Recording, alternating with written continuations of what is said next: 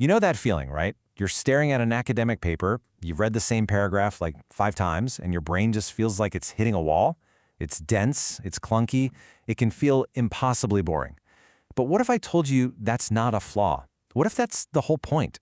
What if it's actually a brilliant survival strategy? So let's get right into the central question that I think we've all asked ourselves at some point.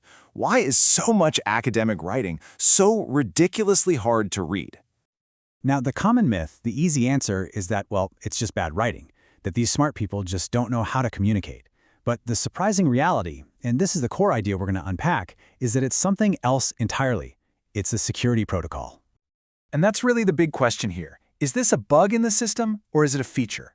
We are going to decode the hidden functions of this specialized and, frankly, kind of genius language.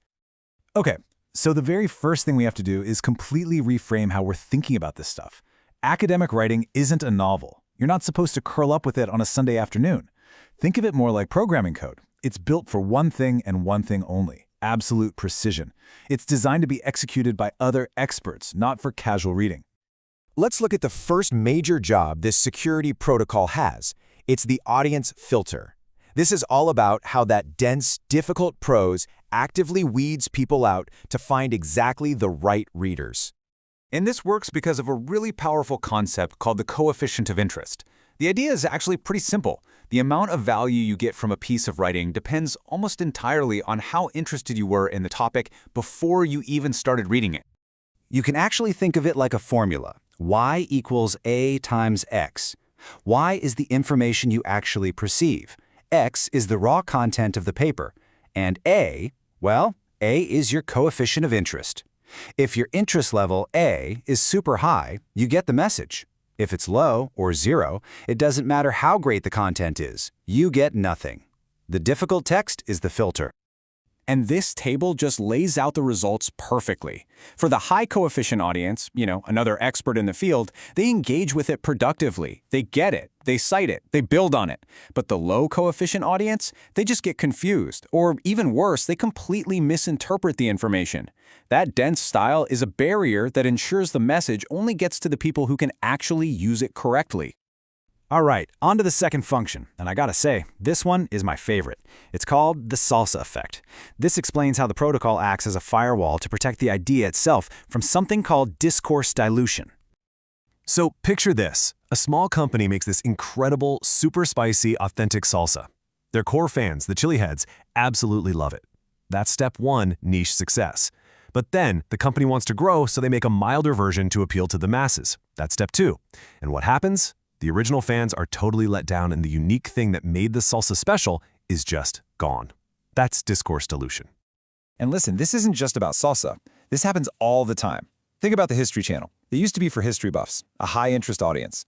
They had these deep, rigorous documentaries. But in chasing a bigger, more casual audience, they diluted their spiciness and ended up with shows like Ancient Aliens. The thing it once was is effectively gone. So if making your idea appeal to everyone is actually dangerous, then how does a new idea make a real, lasting impact? Well, this gets to the protocol's third function, which we can understand by looking at 2 different models: the flotilla versus the baby in a basket. The baby in a basket model is what most people imagine. You write something brilliant, put it in a basket, and float it down the river of the mainstream, just hoping the right person finds it. It's passive, it's random, it's super unreliable. The flotilla model is the complete opposite. You write for your small, dedicated community first. They become your advocates. Their citations, their discussions, they all link up to form a flotilla that carries your idea forward with authority and credibility. That's how real impact happens. And this brings us to the final and most important point. This whole protocol isn't just about being efficient or making an impact. It's about survival. So let's really raise the stakes here and look at what happens when this whole system fails. It forces us to ask that big, scary question.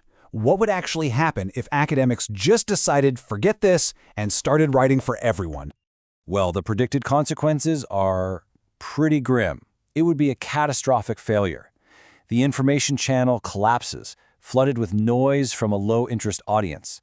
The rigor of the field erodes because you have to sacrifice precision for popularity. The community itself fractures because that shared, difficult language was the glue holding it together. What you get, in the end, is the functional death of the entire system.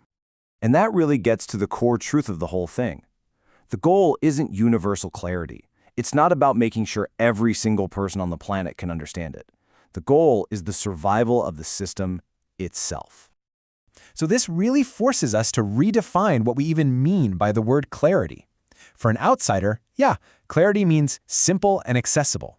But for an expert inside the system, clarity means something completely different. It means predictable and precise. The boring style allows them to waste zero mental energy on the form so they can focus 100% on the new content. So the next time you run into one of those incredibly difficult papers, I want you to ask yourself a different question. Is this a keep out sign, or is it an invitation to come and master the code?